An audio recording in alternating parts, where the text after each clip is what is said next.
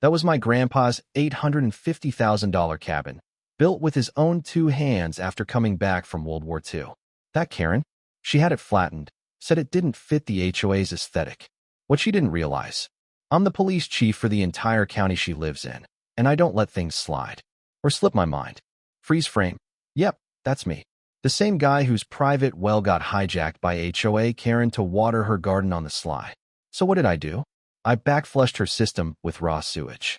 And man, that was only the opening act. You're probably asking how something like this even goes down. How can you legally nuke someone's irrigation setup with wastewater and still sleep like a baby? Easy. You become a cop. And not just any cop. I run the whole county. But long before that, I was just a grandson trying to breathe life back into a family treasure. My granddad, Jack Callahan, came home from the war in '45 with nothing but a Purple Heart, a box of tools, and enough grit to take on a grizzly. He built that place himself. No crews, no blueprints, just sweat, hands, and timber he hauled out of the woods. That cabin wasn't just a house. It was a monument. Every nail, every scuff on those wood floors was a piece of history. And for a long while, it sat in peace on the edge of a gated community called Westwood Bluffs, untouched. Until Karen. Karen. Legal name Deborah Cranston, but believe me, she earned the title. Picture someone dressed like they're heading to file a complaint at Target. Hair too blonde to be believable, voice like a fax machine in distress, and a talent for twisting HOA bylaws like some suburban Mortal Kombat boss. She crowned herself Queen of Westwood Bluffs, ran the HOA for 10 years straight. Pretty sure the only ballot she didn't rig was prom queen, and I wouldn't put that past her either. Here's the kicker. My granddad's cabin wasn't even in the HOA. The land was there long before the neighborhood. Technically next to it, not inside, and fully exempt. But the thing about Karens? If they can't run it, they ruin it. Once I took over the cabin, I started showing up more. A few tools, some contractors, an old pickup with Callahan Restoration on the side. That's when she started hovering. First came the notes, neatly laminated, stabbed into my fence like passive-aggressive love letters. Your property is unsightly. Your siding color violates community standards. One even had a palette of pre-approved paint chips, like I'd repaint my granddad's redwood beams colonial beige. I laughed, tossed them aside, and kept working. Then came bogus fines, phony HOA letterheads demanding payments for roofing violations and unauthorized planting. I ignored them. Legally, she had zero power over me. That drove her nuts. Then came the water heist. My granddad had dug a deep, clean well ages ago. Still ran strong. One day, I noticed the pressure dipping while cleaning paint off my hands. Walked the property and found a fresh trench running from my well straight into Karen's yard. Hose spliced in, feeding her prized roses. I just stood there, stunned. She literally hijacked my water line. Still don't know how she did it without throwing out her back. But there it was, proof in the dirt. Sure, I could have pressed charges, filed paperwork. But where's the satisfaction in that? Instead, I made a call to county utilities, had them reroute a temporary septic line straight into the hose she tapped. Sat back with coffee and watched her sprinklers mist her entire yard with sewage. She started screaming within minutes. That garden never bounced back. She never figured it out. Or maybe she did and just couldn't accept she'd been outplayed. Things went quiet for a bit. I figured she'd finally picked a target without a badge. But with Karen's, silence is just the wind-up. 3 weeks later, my phone rang at 3:12 a.m. Ranger Jenkins, old friend from patrol, told me heavy equipment was on my land. I jumped into my boots, hit the road. What I saw made me stop cold. Bulldozer tracks in the mud. A half-buried photo of my granddad. The cabin? Gone. Just rubble. Smoking timber. Memories smashed. Deborah had pushed through a fake emergency demolition order. Claimed the cabin was abandoned and unsafe. Forged inspector signatures from people who didn't exist. No permit. No notice. Just ashes and red tape lies. I stood still for 10 minutes, fists clenched so tight, I felt my nails break skin. The photo of Grandpa was burned at the edges, but still intact, smiling, proud. I picked it up, wiped it off, tucked it into my pocket. Took a deep breath. And then I smiled. That's the thing about being underestimated. Makes it easier to move in silence. Deborah figured I was just some regular homeowner. Thought it was all about a cabin. What she didn't realize was that I was about to wreck her whole world. Because now it was personal. I wasn't going to yell. I wasn't filing some whiny complaint. I was going to hit her with her own rules, one by one. Next morning, I made a call to the county clerk, then to the building code violations office, then to an old buddy at the district attorney's office. This wasn't just about rebuilding my grandfather's cabin. I was going to flatten her little fiefdom. But first, I had to dig deeper because I had a hunch Deborah wasn't pulling strings alone. And I was spot on. By sunrise, the demo crew had cleared out, left behind muddy tire tracks, splintered wood, and that faint diesel smell that clung like guilt. I stood there, boots heavy in the soft ground, staring at the ruins of what was once my grandfather's cabin. That place had stood through storms, bugs, and years of slow decay. Wiped out overnight by a woman with a clipboard and a savior complex. The cold bit at my skin, but all I felt was fire. I didn't drive home. I went straight to the records department. I needed the trail, what Deborah had faked, and what she'd been sloppy with. The clerk raised a brow when I asked for the demolition file. Took her under 3 minutes to find it. One look and I nearly laughed. There it was. A demolition permit signed by Inspector Ray Donaldson from the County Office of Emergency Code Compliance. Neither existed. The signature was shaky like it had been scribbled during a car crash. No date stamp. No approval code. No seal. Just a forged doc Deborah probably printed off her home computer at 2 a.m. with a box of cheap wine nearby. I made copies. Then more copies. Sent everything to the DA, and also filed a complaint with the State Contractor Licensing Board. The demolition company? Out-of-county license, a history of shady shortcuts, and best of all, no permission to operate in our area. Which meant the whole job wasn't just shady. It was illegal, unauthorized demolition, destruction of private property, faking government documents. A good old HOA hat trick. Still hadn't spoken a word to Deborah. Didn't text her either. Didn't need to. I wanted her nervous. Sitting in that oversized mansion, watching her doorbell cam, flinching at every delivery truck, wondering when the hammer would drop. Spoiler alert. It already had. But while the legal wheels turned behind the curtain, I turned my focus to the HOA itself. These bully boards love targeting folks one-on-one, but they fall apart the second someone shines a light. The board had been rubber stamping Deborah's self-serving projects for years. She greenlit her own landscaping, her own emergency security installs, even had the HOA pay for her driveway extension. 17 grand, handed to her nephew's sham construction outfit. I pulled property records, dug through receipts, spotted fake invoices, under-the-table payments, and beautification reimbursements. Like the time she poured concrete over her neighbor's flower bed because it looked too wild. I gathered it all, built a file thick as a phone book, color-coded, tabbed, and labeled. Every crooked expense, every lie. Then I handed the whole thing to Tina. Now, Tina looked sweet, but once threatened a city councilman with a leaf blower. I knew she'd get the word out. And oh, she did. In 48 hours, every Westwood Bluffs mailbox had a packet titled HOA Financial Transparency Report in bold. It read like a legal thriller. Deborah scrambled to spin it. Meanwhile, I made myself known, in that legal, uncomfortable way only a police chief can. I ordered a full county code audit. Every light post, crack, and pothole got flagged. All inspections booked from 6 a.m. to noon. I showed up to 2 myself, clipboard and coffee in hand, while a city guy measured sidewalk angles with a laser. Deborah burst out in her robe, yelling harassment.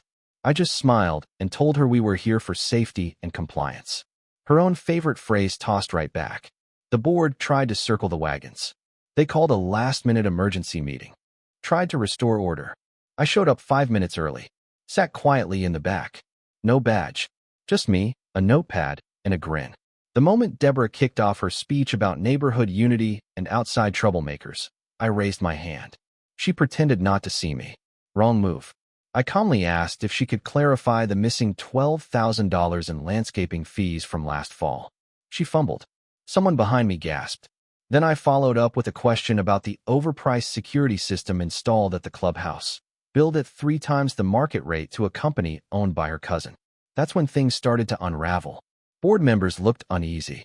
A few slipped out. One guy stood up, peeled off his name tag, and walked straight out the door. The meeting wrapped up with Deborah red-faced, visibly rattled, accusing me of being on a personal crusade and using the legal system for payback. She wasn't completely wrong. I was after justice, but I wasn't twisting anything. I was just showing the truth. That night, there was a knock at my door. Marcus stood there, one of the newer board members. Quiet guy, ex-military. He handed me a flash drive. Said I should check out the meeting minutes from last July. I didn't ask questions. Just thanked him and shut the door. Plugged it in, pulled up the files. What I heard made my stomach drop. On the audio, clear as crystal, Deborah could be heard targeting my property. She called the cabin a liability and said if the right paperwork disappeared and the right complaint was filed, the county wouldn't move fast enough to stop anything. She even joked that some folks just don't know when to sell and go. The board laughed along. This wasn't sloppy. It was calculated. A setup to destroy my property. With witnesses. With proof. I leaned back in my chair, staring at the screen, the weight of it all settling over me. This wasn't some neighborhood tiff anymore. This was corruption, manipulation, abuse of position. And now, I had it all on file. What came next wouldn't be clever. It wouldn't be cute payback or witty jabs. No, the next step would be real, by the book, and devastating. Just as I started copying the files for submission, my phone buzzed. Unknown number. I picked up. You don't know what you're doing, a flat, cold voice said. No greeting. No name. Deborah. I asked, though I already knew. You're playing with fire, she said. And fire burns everyone. I stayed silent. Let it hang in the air until she hung up. She wasn't wrong about the fire. But fire also clears the brush. Makes way for something stronger. And I figured Deborah was about to learn that firsthand. She thought that call would shake me. It didn't. If anything, it confirmed what I already suspected. She was scared. Scared enough to reach for threats wrapped in metaphors and drama. And honestly, it was kind of funny. All her years acting like a mini dictator running the HOA. And now that someone stood up to her with receipts and actual power, she sounded like a villain from a bad TV drama. And me? I was just getting warmed up.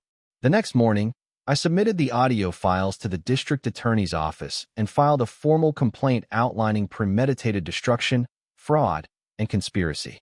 Deborah didn't realize it yet, but the net was already closing in. While the legal process did its thing behind the curtain, I figured it was time she got a dose of her own medicine. Not revenge, just precision discomfort. Bureaucracy, but make it personal. I've done code enforcement a few favors over the years. Helped them catch shady contractors, unlicensed builds, and more than one case of permit nonsense. So when I asked them to dig deep into the HOA's construction records, they didn't blink. Within 72 hours, they flagged over 20 code violations, everything from sketchy clubhouse renovations to bad fencing to blocked fire lanes. Each infraction linked directly to Deborah's poor leadership or her straight-up negligence. And instead of dropping them all at once, I had them spaced out. One violation a day, each served by a different inspector. Always early, always loud at the door. Paperwork ready, just enough to ruin her breakfast, one morning at a time. And it wasn't just her home in the crosshairs. The HOA clubhouse was shut down for a while due to fire code violations. As for the community pool, drained and awaiting inspection once we found out it hadn't been registered with the county in years. I even brought in the local fire marshal for a surprise visit. You'd think the world was ending on our block. Frustrated residents started showing up outside HOA meetings holding clipboards and asking real questions. Where was the money going? Why were the dues going up? And how was the woman supposedly protecting the community actually the one creating all the mess? Through it all, I kept my cool. Not smug. Just steady. Intentional. When folks asked why I was around more often, I'd simply say I was just checking on a few things. Deborah wouldn't even look at me. She acted like I was radioactive. I spotted her once peeking through her blinds when another county truck rolled up to the clubhouse. Her eyes were wide, frantic, like she knew everything was about to fall apart. She wasn't wrong. Then came the emergency board meeting, called in a panic to handle the sudden surge of investigations. I arrived early, this time in uniform. Not to scare anyone, just to be a reminder. The room was packed. A few board members didn't even show. The ones who did looked like they hadn't slept in days. Deborah sat at the head of the table, stiff as a board, lips pursed, dressed like she was attending a funeral, because in a way, she was. They tried to defend her leadership with some weak excuse about outside interference and unfortunate misunderstandings. Then I stood. I didn't yell, didn't call names. I simply read from the case files. Permit fraud, unauthorized spending, HOA funds misused, conflicts of interest, collusion, and the big one, criminal conspiracy to damage private property. I finished by playing the audio recording, just the part where she laughed about my grandfather's cabin being a problem we can remove. The room fell still. You could hear the HVAC humming. Deborah tried to talk, said the recording was illegal, claimed I was harassing her, said this was all some personal vendetta. That's when the rep from the DA's office, who I'd invited, stood up and handed her a summons. Not just civil, criminal. She was officially charged with fraud, destruction of property, and filing false paperwork with a government agency. That's when her voice cracked. And for the first time, I saw the real Deborah. No title, no smug grin, just a scared woman watching her fake empire crumble. She tried spinning the story, of course. Sent out an emergency newsletter saying everything was a misunderstanding and she'd be cleared in court. But no one was buying it anymore. The folks she'd pushed around for years were now comparing notes, organizing a movement to dissolve the HOA completely. They were done. With Deborah now under investigation, her grip on the neighborhood was finished. Not taken all at once in some big blaze, but chipped away slowly, painfully, piece by piece. Still, I wasn't finished. I had one last stop to make. I went back to where the cabin used to be. It had been weeks since I'd been there. The ground had settled. Weeds were poking up where the floor used to be. I stepped over the remains of the porch, just shards of wood and rusty nails now, and stood where the old fireplace once stood. The chimney was gone, but a few of the foundation stones still sat there, scorched but solid. Just like Grandpa, built to last. I knelt down and placed a small metal box into the dirt. Inside, a photo of him, a purple heart, and a letter I'd written the night the cabin burned. I buried it, wiped the dirt off my jeans, and stood. A time capsule. A vow. Because this land, it's coming back. That night, I poured myself a drink and sat on my porch looking out at the valley. My phone buzzed. Text from Tina. A grainy photo of Deborah's yard, now full of weeds and bare patches. Caption said, "Violation incoming." I let out a chuckle and took a sip of bourbon. Petty? Yeah, but poetic. She'd spent years twisting the rules to tear others down. Now those same rules were eating her alive, like expired HOA jerky. Then came the curveball. The one thing I didn't see coming. Marcus called, the guy who gave me the flash drive. His voice was tight. Said he had something new, something major. Told me to meet him out by the old fire trail behind Westwood Bluff. We met after dark. He looked rattled, handed me a folder, and said, "This goes way deeper than Deborah." She wasn't working alone. She had serious backup. I cracked it open. Inside were bank statements, printed out emails, and a ledger that didn't trace back to the HOA. It belonged to a private developer, one with a long record of pushing HOAs to mark certain properties as non-compliant, then swooping in to buy them dirt cheap and flip them for commercial projects. My gut sank. At the bottom of one email chain, a forwarded message had my grandfather's cabin address circled in red. Deborah wasn't the mastermind. She was a puppet, and someone else had been yanking the strings from the beginning. That fire I'd lit? Yeah, it wasn't out yet. The file Marcus gave me didn't just crack the case open. It lit a fuse. Suddenly, the whole mess snapped into focus. Deborah, with all her smugness and wannabe queen antics, never seemed all that sharp to me. Bossy, sure. Entitled? No doubt. But pulling off forged demolition orders, faking inspector signatures, and filing bogus county reports? That smelled like someone way smarter working in the background. Someone with deep pockets.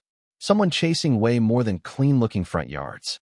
Then I spotted the name at the bottom of one of the financial reports, Crestwood Property Development.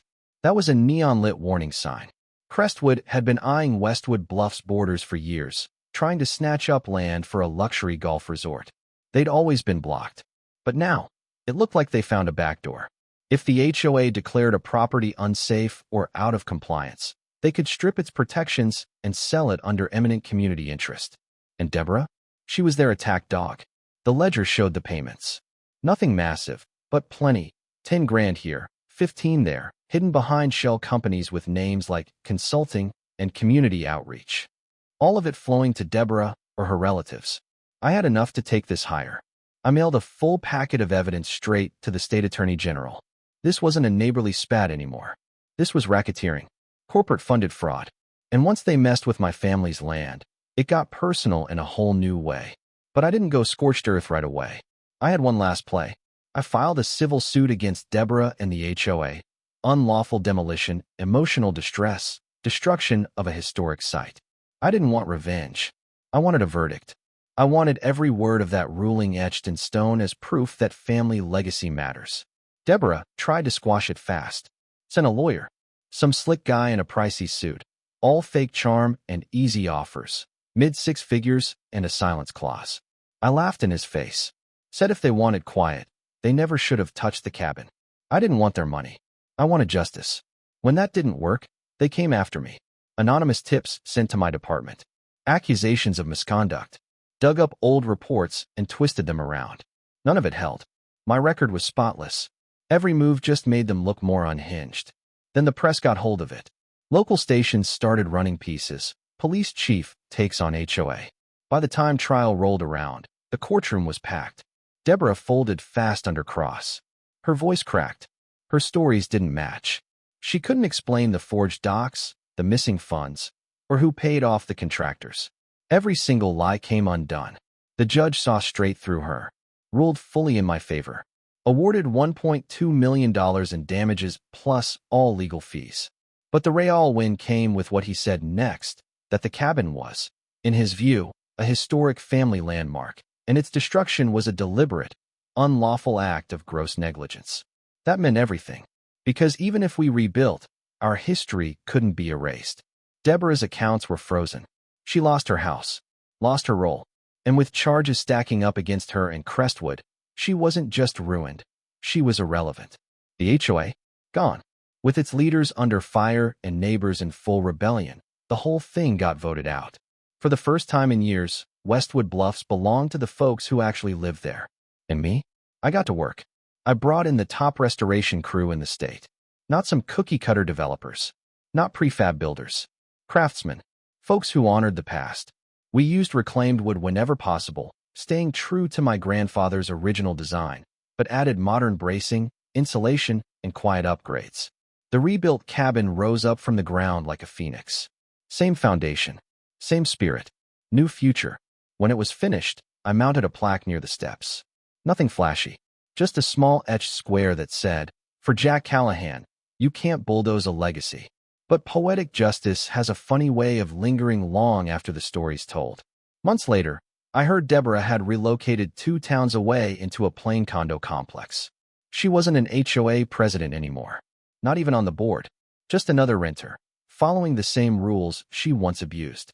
And the kicker? The HOA president there was my cousin.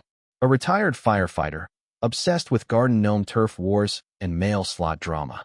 I didn't even tip him off. He started citing her weekly for tiny infractions. Flamingos on the lawn. Wind chimes too noisy. Fence set too close to the curb. It wasn't revenge. It was karma. Meanwhile, Crestwood got hit with an investigation so deep it torpedoed 3 of their active projects. They issued an official apology, tucked away in the classifieds, of course, and quietly withdrew from the Westwood region altogether. I printed out a copy of that apology, framed it in the cabin's new study, right above a photo of Grandpa holding his hunting rifle, grinning like he'd just reeled in a fish bigger than the boat. One night, I stood on the new porch, mug of coffee in hand, taking in the land. The trees still stood. The air still carried the same mix: pine, soil, and just a whisper of chimney smoke from far-off homes. And in that stillness, I remembered it all. The anger, the grief, the flames, but also the rebuilding, the triumph, the justice. They say revenge is best served cold. Maybe that's true, but I believe it's best delivered through process, through patience, through making sure that every nail that rattles loose in their manicured dream reminds them who hammered it in. That could have been the end. Probably should have been. But life doesn't care about clean endings. A few months later, I received a letter. Handwritten. No return address. Just one sentence. You may have stopped one development, but others are coming.